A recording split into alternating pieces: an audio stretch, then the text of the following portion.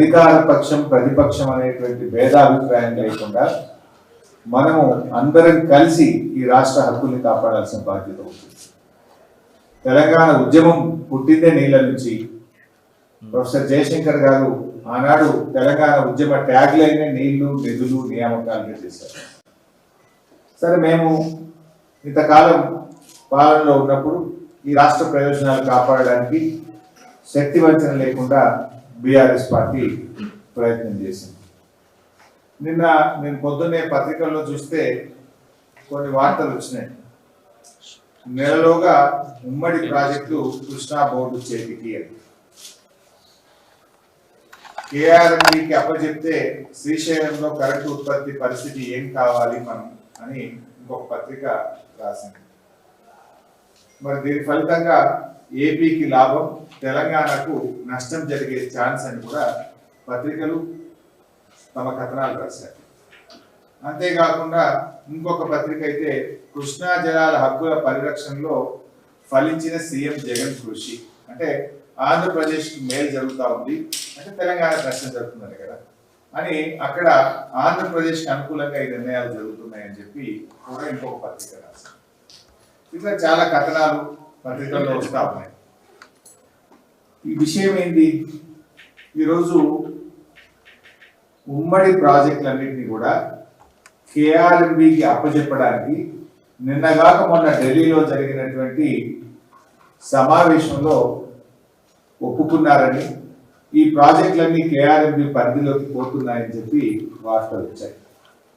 అంటే కేంద్ర జలవనరుల శాఖ మొన్న జరిగినటువంటి మీటింగ్లో ఆంధ్రప్రదేశ్, తెలంగాణకు చెందినటువంటి ఇరిగేషన్ అధికారులందరూ కూడా ఢిల్లీకి వెళ్ళారని, ఆ మీటింగ్లో ఈ కంబైన్డ్ ప్రాజెక్ట్స్ అన్ని కూడా వెంటనే వారం రోజుల్లోగా కేఆర్ఎంబీకి అప్పచెప్పుతూ ఒక నిర్ణయం తీసుకున్నారని చెప్పి పత్రికల్లో వార్తలు వచ్చాయి. మరి ఈ ప్రాజెక్టులన్నీ కేఆర్ఎంబీకి అప్పచెప్పితే అది తెలంగాణకు తీవ్రమైనటువంటి అన్యాయం జరిగేటువంటి అవకాశం. వాస్తవానికి ఈ విషయం కేఆర్ఎంబీ 15 జూలై 2021లోనే ఒక నోటిఫికేషన్ ఇచ్చింది, ఈ ప్రాజెక్టులన్నీ కూడా కేంద్ర ప్రభుత్వం కేఆర్ఎంబీకి అప్పచెప్పాలని. కానీ దాన్ని తీవ్రంగా అప్పుడు మేము వ్యతిరేకించాము. మీరు డైరెక్ట్గా కేఆర్ఎంబీకి అప్పచెప్పడానికి వీలు లేదు. దాన్ని అప్పటి నుంచి కూడా జరుగుతున్నటువంటి బోర్డు మీటింగ్స్లో అటు ఆంధ్రప్రదేశ్, అటు కేఆర్ఎంబీ అంటే కేంద్ర ప్రభుత్వ అధికారులు దీన్ని అప్పచెప్పాలని ఒత్తిడి చేస్తూనే వచ్చారు. ప్రతి బోర్డు మీటింగ్లో కూడా అటు కేంద్ర ప్రభుత్వం, ఇటు ఆంధ్రప్రదేశ్ ప్రభుత్వం ఇది వెంటనే కేఆర్ఎంబీకి అప్పచెప్పాలి అని వాళ్ళు మా మీద ఒత్తిడి పెంచేటువంటి ప్రయత్నం చేసినారు. కానీ ఆ రోజు మనం చాలా స్పష్టంగా చెప్పాం, ఇట్లా మేము ఏకపక్షంగా అప్పచెప్పడానికి సిద్ధంగా లేము. మా తెలంగాణ ప్రయోజనాలను కాపాడుతూ మాకు తెలంగాణకు న్యాయబద్ధంగా రావాల్సినటువంటి హక్కులను మాకు అందజేసిన తర్వాతనే మేము ఒప్పుకుంటాం తప్ప అప్పటిదాకా ఒప్పుకునే ప్రశ్నే లేదని చెప్పి కూడా మనం గతంలో స్పష్టం చేశాం. గతంలో కొన్ని డిమాండ్స్ కూడా పెట్టాం. మనం కేంద్ర ప్రభుత్వం ముందు ఏం పెట్టినామంటే, ఇది బోర్డుకు అప్పచెప్పాలంటే ముందు ఆపరేషన్ మాన్యువల్ ఫైనల్ చేయండి, ఈ ప్రాజెక్టులను ఎలా నడుపుతారు. ఆపరేషన్ మాన్యువల్ లేకుండా ప్రాజెక్టులన్నీ కేంద్ర ప్రభుత్వానికి అప్పచెప్తే రేపు అడుక్కునే పరిస్థితి వస్తుంది. దీనివల్ల జరిగే నష్టాలు నేను ఎక్స్ప్లెయిన్ చేస్తాను మీకు నేను. కానీ ఆ రోజు మేము ఎందుకు అప్పచెప్పలేదు? కేంద్ర ప్రభుత్వం ముందు కొన్ని డిమాండ్ పెట్టాం కేఆర్ఎంబీ మీటింగ్లో. మీరు ముందు first of all operation manual final చేయండి, నంబర్ 1. నంబర్ 2, ట్రిబ్యునల్లో కృష్ణా నదిలో తెలంగాణ ఆంధ్రప్రదేశ్లో వాటా ఇంకా నిర్ణయం జరగలేదు. అప్పుడు అడ్హాక్ బేసిస్ లో 1 సంవత్సరానికి అని చెప్పి మీరు కేటాయించారు. కానీ ఫైనల్ ట్రిబ్యునల్ అవార్డు వచ్చేదాకా కృష్ణా నదీ జలాల్లో 50% తెలంగాణకు, 50% ఆంధ్రాకి ఇచ్చే విధంగా నిర్ణయం తీసుకోండి, నంబర్ 2. నంబర్ 3, మనకు శ్రీశైలం ప్రాజెక్టు మంజూరు చేసినప్పుడు ప్లానింగ్ కమిషన్ ఏం చెప్పిందంటే 264 టీఎంసీని నాగార్జున సాగర్ ప్రాజెక్టుకు మనం శ్రీశైలంలో హైడల్ జనరేషన్ చేసి నాగార్జున సాగర్ కు కిందికి విడుదల చేయాలని చెప్పి planning commission of India Srisailam project మంజూరు చేసినప్పుడు చెప్పింది. ఆ ప్రకారంగా 264 టీఎంసీలు విద్యుత్ ఉత్పత్తి చేసి నాగార్జున సాగర్ కు విడుదల చేసే విధంగా మీరు ఈ ఈ రూల్స్ లో పెట్టండి. Number 3, drinking water.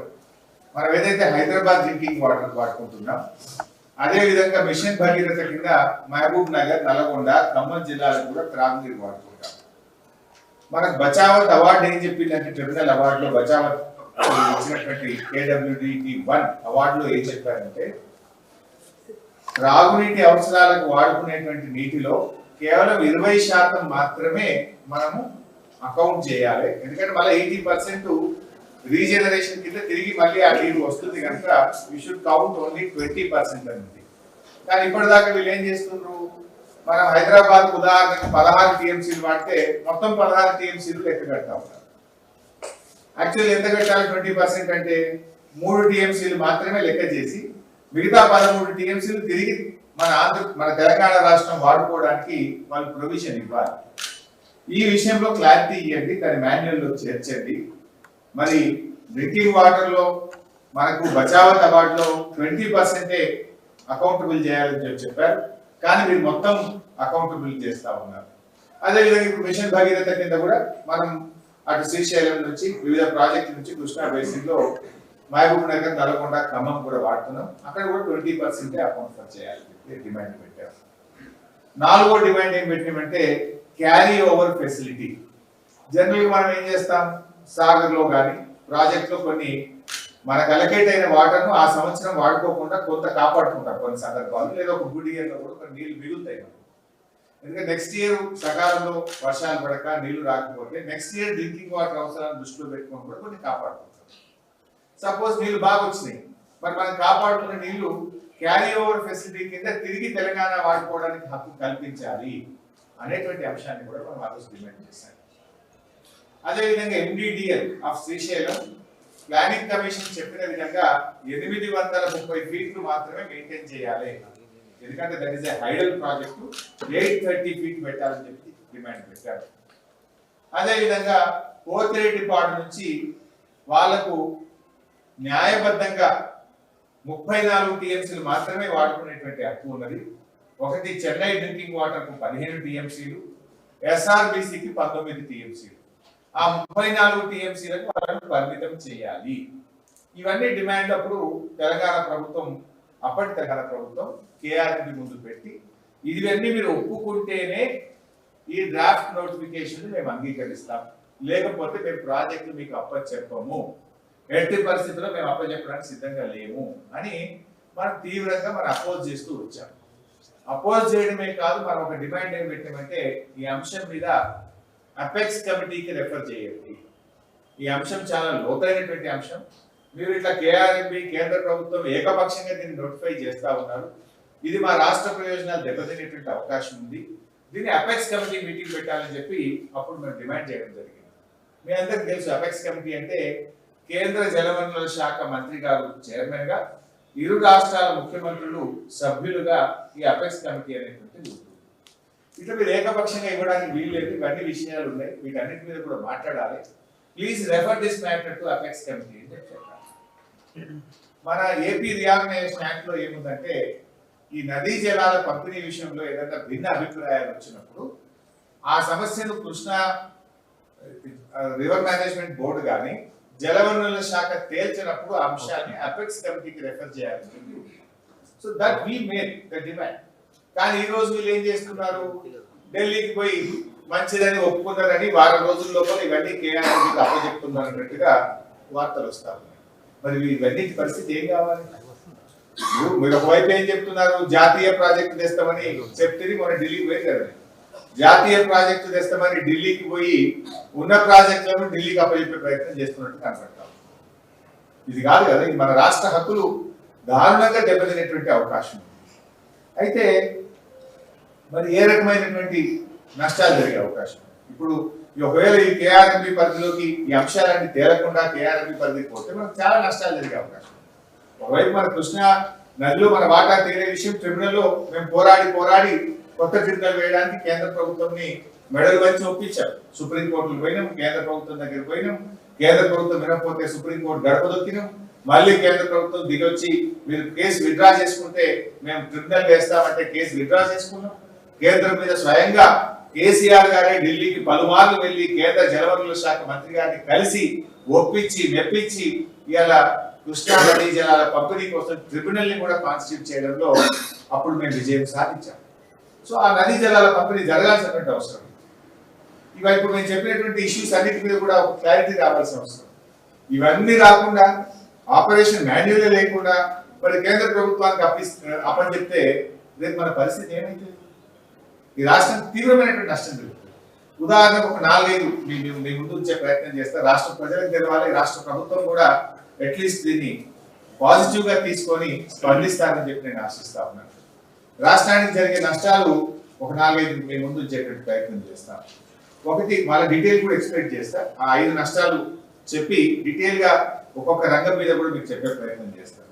మొదటిది హైడల్ పవర్ జనరేషన్ లో మనం స్వయం ప్రతిపత్తిని కోల్పోతాం. ఇవాళ మనకేముంది? శ్రీశైలం లెఫ్ట్ బ్యాంక్ కెనాల్ మన కంట్రోల్లో ఉంది, శ్రీశైలం లెఫ్ట్ పవర్ స్టేషన్ మన కంట్రోల్లో ఉంది. మనం ఎప్పుడు కావాలంటే అప్పుడు పీక్ అవర్స్ లో ఇలా హైడల్ పవర్ జనరేట్ చేసుకుంటున్నాం. అది 900 మెగావాట్ల hydel power generation station. So అది ఉండడం వల్ల మనకి ఎంత కంఫర్ట్ వచ్చిందంటే ఎప్పుడంటే అప్పుడు పీక్ అవర్స్ లో ఉదయం పూట సాయంత్రం పూట హైడల్ పవర్ జనరేట్ చేస్తుంది. నార్మల్ ఏమైతుంది బైసా, కరెంట్ ఒకవేళ థర్మల్ పవర్ ఉత్పత్తి చేయాలంటే 10 గంటల సమయం పడుతుంది, 10 అవర్స్ టైం పడుతుంది. Of course I will explain in detail. ఒకటి హైడల్ పవర్ జనరేషన్ లో మనము ఈ రాష్ట్ర ప్రభుత్వం హక్కును కోల్పోతుంది, మనకు తీవ్రమైనటువంటి నష్టం జరుగుతుంది. రెండవది సాగర్ ఆయకట్టు దెబ్బతినేటువంటి అవకాశం. మనకు Nagarjuna Sagar left bank canal కింద దాదాపు 5 లక్షల ఎకరాలు మనకు ఆయకట్టు ఉన్నది. రేపు వాళ్ళు శ్రీశైలం నుంచి అటే నీళ్లు తీసుకపోతే మన సాగర్ ఆయకట్టు దెబ్బతింటుంది. రెండు. మూడవది డ్రింకింగ్ వాటర్. హైదరాబాద్ కు మన మహబూబ్ నగర్ నల్గొండకు త్రాగునీటి విషయంలో సమస్యలు తలెత్తేటువంటి అవకాశం ఉంటుంది. నాలుగవది on going projects like Palamuru ఎత్తిపోతల పథకం, దిండి లిఫ్ట్ ఇరిగేషన్ పథకం, ఎస్ఎల్బిసి, ఈ ప్రాజెక్టుల నిర్మాణం మీద కూడా ప్రభావం పడుతుంది. ఇప్పుడు ఏమంటున్నారు వాళ్ళంటే ఆ రూల్స్లో వాళ్ళు కేఆర్ఎంబి రూల్స్ ఏం పెట్టిందంటే, మీరు ఈ ప్రాజెక్టులు ముందుకు పోవాలంటే ముందు కేఆర్ఎంబికి పర్మిషన్ తీసుకోండి, సెంట్రల్ వాటర్ కమిషన్ పర్మిషన్ తీసుకోండి, అపెక్స్ కమిటీ పర్మిషన్ కూడా తీసుకున్నాకనే ఈ ప్రాజెక్టులు మీరు పూర్తి చేయొచ్చు, ఈ ప్రాజెక్టుల నుంచి నీళ్లను వాడుకోవచ్చు అంటున్నారు. రేపు ఆ ప్రాజెక్టులు పరిస్థితి ప్రశ్నార్థకమయ్యే ప్రమాదం ఉంటుంది కదా. 5వ పాయింట్, భవిష్యత్తులో కృష్ణానది పరివాహక ప్రాంతంలో మీరు కొత్తగా ఏ ప్రాజెక్టు ప్రారంభించాలన్నా కేఆర్ఎంబి అనుమతి లేకుండా మీరు చేయడానికి వీలు ఉండదు. మరి ఇప్పుడు మొత్తం అధికారం కేంద్ర ప్రభుత్వ చేతిలో పెడితే రేపు అడుక్కోవాల్సినటువంటి పరిస్థితి వస్తుంది. మన రక్షణలు ఒకవైపు చూడకుండా, మన హక్కులను ఒకవైపు చూడకుండా మీరు అసలు ఢిల్లీకి పోయింది ఆయనతో ఎట్లా ఒప్పుకొని వచ్చి మాకు అర్థమవుతలేదు. ఇది నాకైతే ఆశ్చర్యంగా ఉన్నది. మీరు పత్రికల్లో చూస్తే జగన్ విజయం సాధించి ఉండని, వీళ్ళు ఒప్పుకొని వచ్చిందని, వారం రోజుల లోపలనే ఇవన్నీ పోతున్నాయని ఇలా కథనాలు వస్తూ ఉంటే మొన్న వచ్చినాయి ఇవన్నీ. నిన్న ఎవరైనా ఖండిస్తారేమో, ప్రభుత్వం నుంచి అఫీషియల్ స్టేట్మెంట్ ఇస్తారేమో అని చూసిన, ఎవరు మాట్లాడటలేదు. అంటే ఇది మీరు పూర్తిగా రాష్ట్ర ప్రయోజనాలను ఇలా మర్చిపోతూ ఉన్నారు, తాకట్టు పెట్టేటువంటి పరిస్థితి కనబడతా ఉంది. అయితే ఈ 5 పాయింట్లను నేను కొంచెం డీటెయిల్గా కూడా మీకు చెప్తా. దయచేసి జర్నలిస్టులతో కూడా మనవి ఏంటంటే ఇది రాష్ట్ర ప్రయోజనాలు, భవిష్యత్ తరాల ప్రయోజనాలు కనుక మీరు కూడా దీన్ని కొంచెం జాగ్రత్తగా దీన్ని మరి దృష్టికి, ప్రజల దృష్టికి, ఇటు ప్రభుత్వం దృష్టికి కూడా తీసుకుపోవాలని కూడా నా మనవి. ముఖ్యంగా ఇవాళ first point power generation. Power జనరేషన్లో మనకు 3 పోతున్నాయి ఇవాళ. ఒకటి శ్రీశైలం లెఫ్ట్ పవర్ హౌస్, అది 900 మెగావాట్లు. రెండవది Nagarjuna Sagar main power house, అది 815 మెగావాట్లు. మూడవది నాగార్జున సాగర్ ఎడమ కాలువ మీద ఉన్నటువంటి పవర్ హౌస్ 60 మెగావాట్లు. ఈ 3 కలిపితే 1775 మెగావాట్ల 3 పవర్ హౌజులు మీ చేతుల్లో నుంచి కేంద్ర ప్రభుత్వం చేతుల్లోకి పోతాయి. అంటే ఇలా మనం అడుక్కునే పరిస్థితి వస్తుంది రేపు. అసలు రేపు మీకు ఎంత ఇబ్బంది అవుతుంది, పవర్ మేనేజ్మెంట్ ఎంత ఇబ్బంది అవుతుంది మీరు ఏమైనా ఆలోచిస్తుండ్రా? ఇప్పటిదాకా మేము ఎప్పుడంటే అప్పుడు ఒక సెకండ్లో స్టార్ట్ అవుతుంది. హైడల్ పవర్ గొప్పతనం ఏంటంటే with in a second you can start. అదే థర్మల్ పవర్ స్టార్ట్ చేయాలంటే 10 గంటల సమయం పడుతుంది. మీకు ఇన్ని యూనిట్ల కరెంట్ కావాలి, ఇన్ని మెగావాట్లు కావాలంటే అది మీరు స్టార్ట్ చేసిన 10 గంటల తర్వాత థర్మల్ పవర్ మీకు అందుబాటులోకి వస్తుంది. Hydel power fraction of seconds, few minutes. అలాంటి ఒక గొప్ప అవకాశం తెలంగాణ కోల్పోతుంది. రేపు ఏమవుతుంది, మీకు గ్రిడ్ కొలాప్స్ అవుతుంది. ఇలా మనం గ్రిడ్ను మేనేజ్ చేస్తున్నాం అద్భుతంగా, మనము ఎక్కడ కూడా గ్రిడ్ మీద ఓవర్లోడ్ కాగానే ఆ పీక్ అవర్స్లో హైడల్ పవర్ జనరేట్ చేస్తున్నాం. గ్రిడ్ను జాగ్రత్తగా తెలంగాణ ప్రభుత్వం గత 9.5 ఏళ్లుగా మేనేజ్ చేస్తూ వచ్చింది. దానివల్ల ఏమవుతుంది, రేపు భవిష్యత్తులో ఏమవుతుంది, మీరు పీక్ అవర్స్లో కరెంట్ కావాలంటే కేఆర్ఎంబీకి దరఖాస్తు పెట్టాలి, వాళ్ళు అనుమతి ఇవ్వాలి, నువ్వు స్టార్ట్ చేయాలి. వాడు ఎప్పుడు అనుమతి ఇవ్వాలి, నువ్వు ఎప్పుడు స్టార్ట్ చేయాలి. అప్పట్లో గ్రిడ్ కొలాప్స్ అయిపోతుంది, లేదా అధిక ధరకు నువ్వు బయట కరెంటు కొనాల్సి వస్తుంది. అది సాధ్యమయ్యే పనేనా? అంటే దీని మీద మీరు ఎందుకు ఆలోచించలేకపోతున్నారని నేను రాష్ట్ర ప్రభుత్వాన్ని అడుగుతా ఉన్నా. సో ఈ దాదాపు దీని ద్వారా మనకు వచ్చేది ఏంటంటే, యావరేజ్ ఇప్పటిదాకా మనం చూస్తే 5,000 మిలియన్ యూనిట్ల కరెంటు మనం ఈ హైడల్ పవర్ స్టేషన్ ద్వారా తీసుకుంటా ఉన్నాం. మనకు జనరల్గా హైడల్ పవర్ ఉత్పత్తి కాస్ట్ 2.5 అవుతుంది. అదే థర్మల్ పవర్ బయట కొంటే అండ్ యావరేజ్ ₹5.50 అవుతుంది. అంటే చాలా చీప్గా వచ్చేటువంటి పవరు హైడల్ పవర్.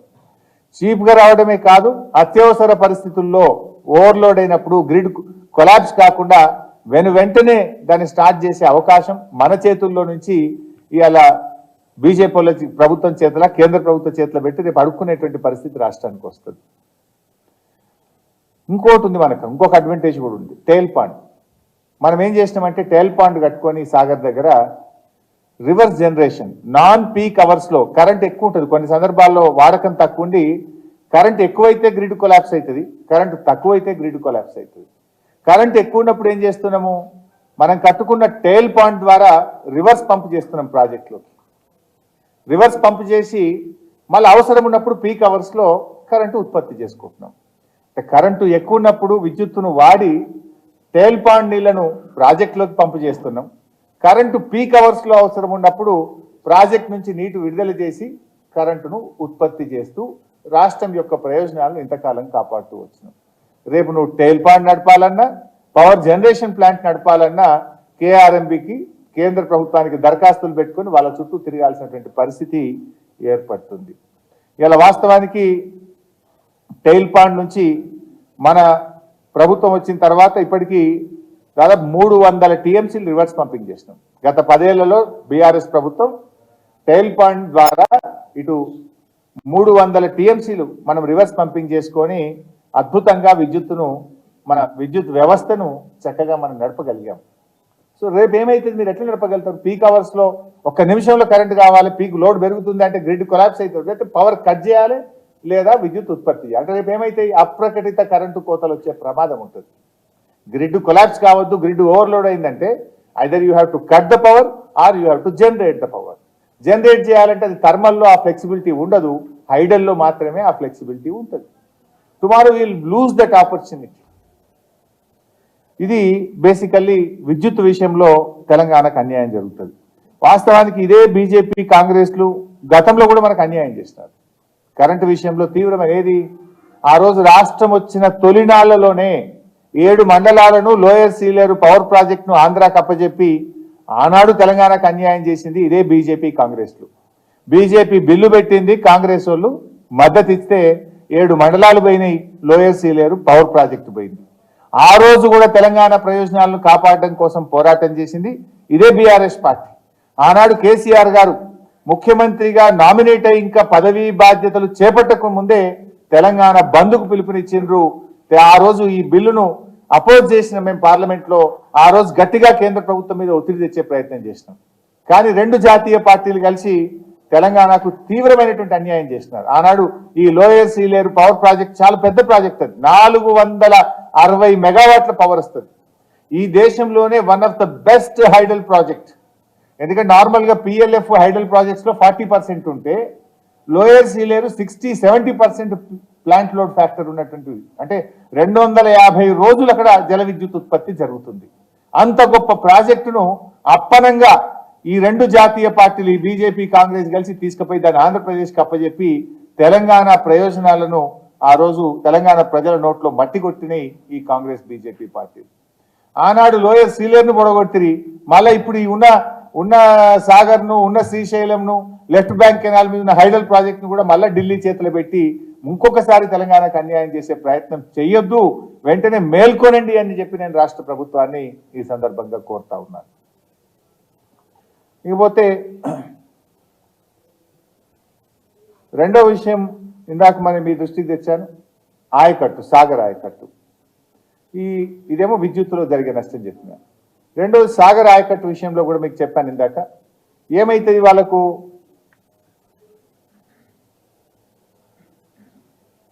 పోతిరెడ్డిపాడు ద్వారా వాళ్ళు ఎక్కువ నీళ్ళు అక్కడనే శ్రీశైలం నుంచి తీసుకుపోతారు కదా. ఎన్ బ్లాక్ అలాట్మెంట్ మన దగ్గర ఉన్న సిస్టమ్ ఏంది, బచావత్ ఇచ్చినటువంటి అవార్డు ప్రాజెక్ట్ వైజ్ అలొకేషన్ లేదు, స్టేట్ వైజ్ ఎన్ బ్లాక్ అలాట్మెంట్ ఉంది. వాళ్ళు ఈ మధ్య ఏం చేస్తుండ్రు, కృష్ణా డెల్టాకు గోదావరి పట్టిసీమ లిఫ్ట్ పెట్టుకొని కృష్ణా నది జలాలు అవసరం లేకుండా ఇటు పట్టిసీమ ద్వారా గోదావరి జలాలు తీసుకుపోయి కృష్ణా డెల్టాకు నీళ్లు బారించుకుంటున్నారు. రేపు ఏం చేస్తారు వాళ్ళు ఎన్ బ్లాక్లో, శ్రీశైలం నుంచి అటు పోతిరెడ్డిపాడు ద్వారా నీళ్లు తీసుకుపోతే నీకు హైడల్ జనరేషన్ ఎట్ శ్రీశైలం నష్టపోతావు, హైడల్ జనరేషన్ ఎట్ సాగర్ నష్టపోతావు. అన్నిటికంటే ముఖ్యంగా సాగర్ ఆయకట్టుకు నీళ్లు ఉండే కదా. నువ్వు పోతిరెడ్డిపాడు ద్వారా నువ్వు కావలసిన నీళ్లు ఆంధ్రప్రదేశ్కు కేటాయించినటువంటి నీళ్ల నుంచి వాళ్ళకి శ్రీశైలం నుంచే తీసుకపోతే రేపు నాగార్జున సాగర్ ఎడమ కాలువకు ఆయకట్టుకు కూడా నీళ్లు లేకుండా అయ్యే ప్రమాదం ఉన్నది, ఉన్న ఆయకట్టు కూడా దెబ్బతినే ప్రమాదం ఉన్నది. అందువల్ల వెంటనే ఈ రాష్ట్ర ప్రభుత్వం మేల్కొనాలే, మన రాష్ట్రం యొక్క హక్కులను కాపాడాలని చెప్పి నేను కోరుతా ఉన్నా. Number 3, drinking water. రేపు నీళ్ళే రాలేదనుకోండి, నీ పాలేరులో ఖమ్మం డ్రింకింగ్ వాటర్ ఉన్నది, నీ సాగర్లో నల్గొండ హైదరాబాద్ డ్రింకింగ్ వాటర్ ఉన్నది, నీ శ్రీశైలంలో మహబూబ్ నగర్ జిల్లా డ్రింకింగ్ వాటర్ ఉంది. మిషన్ భగీరథ ద్వారా ఇవాళ అదేవిధంగా కృష్ణా ఫేజ్ 1, ఫేజ్ 2, ఫేజ్ 3 ద్వారా హైదరాబాద్ డ్రింకింగ్ వాటర్ను మనం ఇచ్చుకుంటున్నాం. ఇప్పుడే ఇలా తెలంగాణలో హైదరాబాద్లో మంచినీళ్ళ కష్టాలు లేకుండా ఉన్నాం కదా. ఇలా ప్రతి ఇంటికి నీళ్లు ఇవ్వగలుగుతున్నాం, కావాల్సినంత నీళ్లు ఇవ్వగలుగుతుంది రాష్ట్ర ప్రభుత్వం. రేపు దీన్ని మీరు నిలబెట్టలేకపోతే రేపు త్రాగునీటి అవసరాలకు కూడా ఇబ్బంది వచ్చేటువంటి ప్రమాదం ఉంటుంది. 4వది ఆన్గోయింగ్ ప్రాజెక్ట్స్. నేను ఇందాక చెప్పినట్టు పాలమూరు ఎత్తిపోతల పథకము, దిండి ఎత్తిపోతల పథకము, ఎస్ఎల్బిసి సొరంగం, ఎస్ఎల్బిసి ప్రాజెక్టు, ఇవన్నీ కూడా రేపు ఏమైందంటే నీకు కేఆర్ఎంబి అనుమతి లేదు, నీకు సిడబ్ల్యూసి లేదు, నీ అపెక్స్ కమిటీ అనుమతి లేదని కొండీలు పెట్టి క్వరీస్ పెట్టి ఆ ప్రాజెక్టు పురోగతి దెబ్బతిని రేపు మనకు మనమే మెడకు ఉరితాడు బిగించుకున్నట్టు అవుతుంది. అంటే ఇది తెలంగాణ ప్రయోజనాలకు ఆత్మహత్యా సదృశ్యం. దీన్ని మర్చిపోతున్నారు వీళ్ళు. అసలు రాష్ట్ర ప్రభుత్వం దృష్టి పెట్టిందా లేదా, అధికారులే పోయి సంతకాలు పెట్టి వచ్చిందా, దానికి రాష్ట్ర ప్రభుత్వం అనుమతి ఉందా లేదా నాకు తెలియదు. పత్రికల్లో అయితే సంతకాలు పెట్టేసిండ్రు, వారం లోపల పోతున్నది ప్రాజెక్ట్ అని చెప్పి అన్ని పత్రికలు పతాక శీర్షికన వార్తలు వస్తూ ఉన్నాయి. జగన్ విజయం అంటున్నారు, ఆంధ్రప్రదేశ్కు లాభమైంది అంటున్నారు, తెలంగాణకు నష్టమైంది అంటున్నారు, కరెంటు లేకుండా పోతుందని వస్తుంటే కూడా ఈ ప్రభుత్వానికి చీమ కుట్టినట్టు కూడా లేదా అనిపిస్తూ ఉంది నాకు. ఇది 4వ విషయం. 5వ విషయం, కొత్త ప్రాజెక్టులు ఏదన్నా మీరు కట్టాలంటే కూడా ఒకసారి కేఆర్ఎంబి పరిధిలోకి మొత్తం ఈ ప్రాజెక్టులన్నీ పోతే for everything you need to take permission. అసలు ఇంచు కూడా కదలలేం మనం. అంటే రేపటి భవిష్యత్తుకు కూడా మనకు ఇబ్బంది జరిగేటువంటి అవకాశం ఉంటుంది. ఈ అంశాలను ఒక పొలిటికల్ యాంగిల్లో కాకుండా రాష్ట్ర ప్రభుత్వం ఒక పాజిటివ్గా రాష్ట్ర ప్రయోజనాలు కాపాడే విషయంలో మీరు వెంటనే కళ్ళు తెరవండి, రివ్యూ చేయండి. ఇది కేఆర్ఎంబి పరిధిలోకి పోకుండా కాపాడండి. పోవడానికంటే ముందు మనం ఏదైతే డిమాండ్లు గత ప్రభుత్వం మేము పెట్టినామో అయితే ఆ డిమాండ్లన్నింటినీ ఒప్పించండి. లేదు అపెక్స్ కమిటీ ముందుకు తీసుకుపోయి అపెక్స్ కమిటీలోనైనా మన వాదనలు బలంగా వినిపించి మన రాష్ట్ర ప్రయోజనాలు కాపాడడం కోసం మీరు వెంటనే ప్రయత్నం చేయాలని చెప్పి నేను రాష్ట్ర ప్రభుత్వాన్ని ఈరోజు డిమాండ్ చేస్తా ఉన్నా. ఇలా ఒక విషయం క్లియర్, ఇప్పుడు మళ్ళీ దీని ద్వారా ఒక క్లారిటీ ఏమొస్తుంది బైసాబ్, తెలంగాణ ప్రయోజనాలు కాపాడాలంటే గులాబీ జెండోలు ఒక్కలే కాపాడగలుగుతారు. ఇది చరిత్ర చెప్తుంది, ప్రస్తుతం జరుగుతున్న తీరు కూడా కనబడుతుంది. చరిత్ర ఏంటిది, ఆనాడు లోయర్ సీలేరు విషయంలో 7 మండలాల విషయంలో పోరాడింది బీఆర్ఎస్, బిల్లు పెట్టింది బీజేపీ, మద్దతు ఇచ్చింది కాంగ్రెస్. ఇవాళ ఏం జరుగుతుంది, ఆంధ్రప్రదేశ్కు మన లాభం జరిగే విధంగా వెంటనే అసలు ఆపరేషన్ గైడ్ లైన్స్ లేకుండా మన విషయాలు డిసైడ్ చేయకుండా మొత్తం ప్రాజెక్టులు కేఆర్ఎంబి కేంద్ర ప్రభుత్వానికి అప్పచెప్తాం, కేఆర్ఎంబికి అప్పచెప్తాం అంటే రేపు ఏం కావాలి రాష్ట్రం అంటే మరొకసారి కూడా ఇలా అటు కేంద్రంలో ఉన్న బీజేపీ ఒత్తిడి వేస్తుంది, రాష్ట్రంలో ఉన్న కాంగ్రెస్ ఒప్పుకుంటున్నది. అంటే రాష్ట్ర ప్రయోజనాలు వదిలేస్తున్నారు. ఇవాళ మరో స్పందిస్తున్నది ఈ అంశం మీద ఒక కన్సర్న్ తో మాట్లాడుతున్నది అగైన్ బీఆర్ఎస్ పార్టీ మాత్రమే. ప్రభుత్వం వెంటనే మేల్కోవాలి, అవసరమైతే మేము ఎటువంటి పోరాటానికైనా మరి వెళ్లాల్సి వస్తుంది. ఎందుకంటే రాష్ట్రం ప్రయోజనాలు చాలా ముఖ్యం. మేము ఎందుకంటే రాజకీయాలు ఎక్కువ మాట్లాడకుండా ఐఎమ్ ఓన్లీ ట్రయింగ్ టు అంటే అవేక్ దిస్ గవర్నమెంట్, ఈ ప్రభుత్వాన్ని మేల్కొల్పేటువంటి ప్రయత్నం చేస్తా ఉన్నాం. ఈ ప్రభుత్వం వెంటనే స్పందించాలని చెప్పి మేము కోరుకుంటా ఉన్నాం. వెంటనే తక్షణమే రాష్ట్ర ప్రయోజనాలు కాపాడాలని చెప్పి నేను ఈరోజు ఈ ప్రభుత్వాన్ని కోరుతా ఉన్నాను. ఇంకొక చిన్న అంశం ఉంది భాయ్ సార్, అది కూడా నీళ్ళదే. బట్ ఈ కేఆర్ఎంబి అంశం కాకుండా ఇంకొక చిన్న అంశం కూడా ప్రభుత్వంని డిమాండ్ చేయాలనుకుంటా ఉన్నా. ముఖ్యంగా ఈరోజు కాళేశ్వరం ప్రాజెక్టులో మేడిగడ్డ నుంచి ఇప్పుడు కూడా నీళ్లు తీసుకురావచ్చు. ఒకవైపు ప్రభుత్వము స్టేట్మెంట్ చూస్తూ ఉన్నాం, మేము చూస్తున్నది ఏంటంటే నీళ్లు లేవు, ఆరుతడి పంటలు వేసుకోండి అని మంత్రులు స్టేట్మెంట్ ఇస్తున్నారు. ఎస్ఆర్ఎస్పి స్టేజ్ 2లో ఆయకట్టులో 4 లక్షల ఎకరాలకు 2 లక్షల ఎకరాలకే నీళ్లు ఇస్తాం, మిగతా దానికి నీళ్లు ఇవ్వలేము అన్నట్టుగా పత్రికల్లో అధికారులు ప్రభుత్వం యొక్క స్టేట్మెంట్ చూస్తూ ఉన్నాం.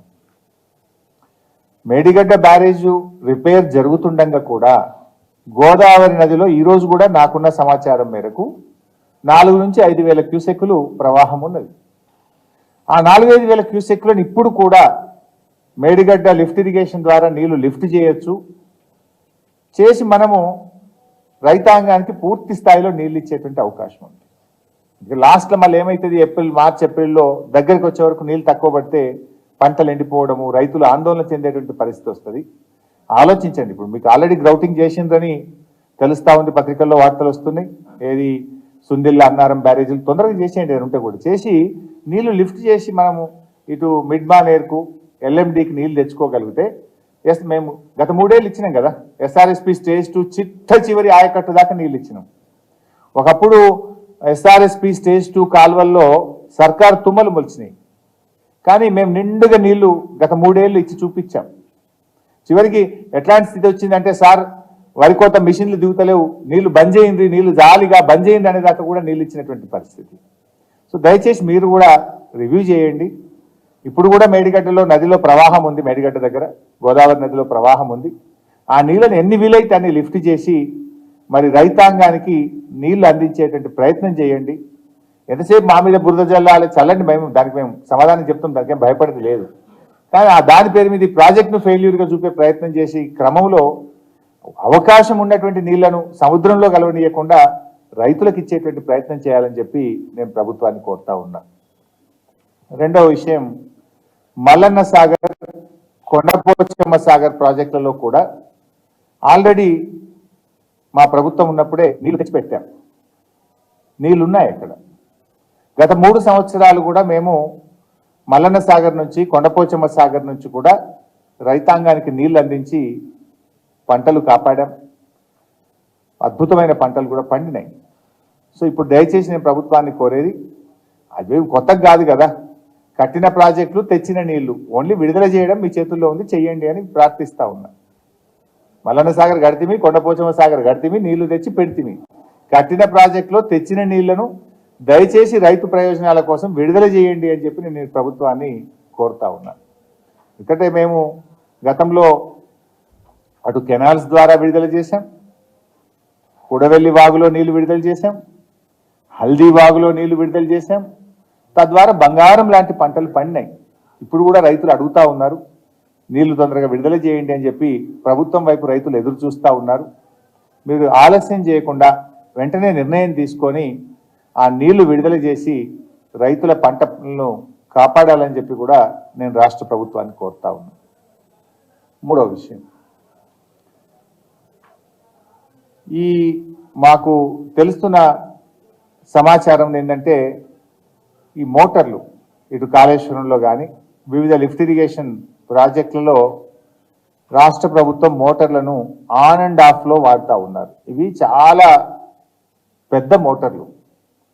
ఇవి నడిపేటప్పుడు ఏంటంటే, అప్పుడు నిపుణులు చెప్పింది, ఇది నా సొంత కవిత్వం కాదు, నేను చెప్తున్నది కాదు, సాంకేతిక నిపుణులు చెప్పిన మాట. మోటార్లు ఆన్ అండ్ ఆఫ్ నడిపితే మోటార్ యొక్క సామర్థ్యం దెబ్బతింటుంది, దాని లైఫ్ దెబ్బతింటుంది. సపోజు ఒక పంప్ హౌస్లో 4 మోటార్లు ఉంటే 2 నడపండి కరెంట్ తక్కువ ఉంటే, ఒకటి నడపండి, కానీ 24 గంటలు నడపాలి, దాన్ని కంటిన్యూస్గా నడపాలి. వీళ్ళు ఏం చేస్తుందంటే పీక్ అవర్స్లో ఉదయం 2 గంటలు బంద్ చేయడం, సాయంత్రం 2 గంటలు బంద్ చేయడం, రోజుకు 2 సార్లు ఆన్ చేస్తుండ్రు, 2 సార్లు ఆఫ్ చేస్తుండట మోటార్లను. దాని ద్వారా మోటార్లు దెబ్బతిని రేపు త్వరగా రిపేర్ వచ్చే అవకాశం ఉంటుంది, సామర్థ్యం దెబ్బతినే అవకాశం ఉంటుంది, దాని లైఫ్ దెబ్బతినేటువంటి అవకాశం ఉంటుంది. దయచేసి నిపుణులను అడగండి, దాని ఎక్స్పర్ట్స్ ఉంటారు, నిపుణులను అడగండి. మీరు 4 నడపబుద్ధి కాకపోతే 2 నడుపుండ్రి, 2 కాకపోతే 1 నడుపుండ్రి, కరెంట్ ఎంత ఉంటే అంత నడుపుండ్రి. కానీ మీరు ఆన్ అండ్ ఆఫ్ నడపడం ద్వారా రేపు ఆ లిఫ్ట్ ఇరిగేషన్ స్కీమ్స్ దెబ్బతినేటువంటి అవకాశం ఉంటుంది. దాని మీద కూడా రివ్యూ చేసి దయచేసి నిపుణుల సలహాలు తీసుకొని ఈ ఆన్ అండ్ ఆఫ్ సిస్టమ్ కాకుండా పూర్తి స్థాయిలో నడిపిన మోటార్లను నడపాలి. అంటే 24 గంటలు నడపాలి. నడిపితే ఇప్పుడు 4 మోటార్లు స్టార్ట్ చేస్తుండ్రు, పొద్దున 2 గంటలు బంద్ చేస్తుండ్రు, సాయంత్రం 4 గంటలు బంద్ చేస్తుండ్రు. ఆన్ ఆఫ్ చేసినప్పుడు ఏమైందంటే అది దెబ్బతింటాయి. ఇది నాకు అప్పుడు నిపుణులు చెప్పిందని మీకు చెప్తున్నా. లేదు, మీరు కూడా నిపుణులను పిలిచి, సాంకేతిక నిపుణులను పిలవండి, ఎక్స్పర్ట్స్ని పిలిచి తెలుసుకొని చెయ్యండి. కానీ రేపు దెబ్బతిన్నాక ఇది రాష్ట్రం దెబ్బతింటారు, రేపు పంటలు దెబ్బతింటాయి, రేపు రైతులు దెబ్బతింటారు. కనుక నాకున్నటువంటి సమాచారాన్ని నేను రాష్ట్ర ప్రభుత్వం దృష్టికి తీసుకొచ్చేటువంటి ప్రయత్నం చేస్తా ఉన్నాను. సో ఈ అంశాల మీద కూడా రాష్ట్ర ప్రభుత్వం దృష్టి పెట్టి వెంటనే నిర్ణయం తీసుకోవాలని చెప్పి కోరుతూ నమస్కారం. ఇక రాజకీయాలు ఇది చాలా రాష్ట్ర ప్రయోజనాలు.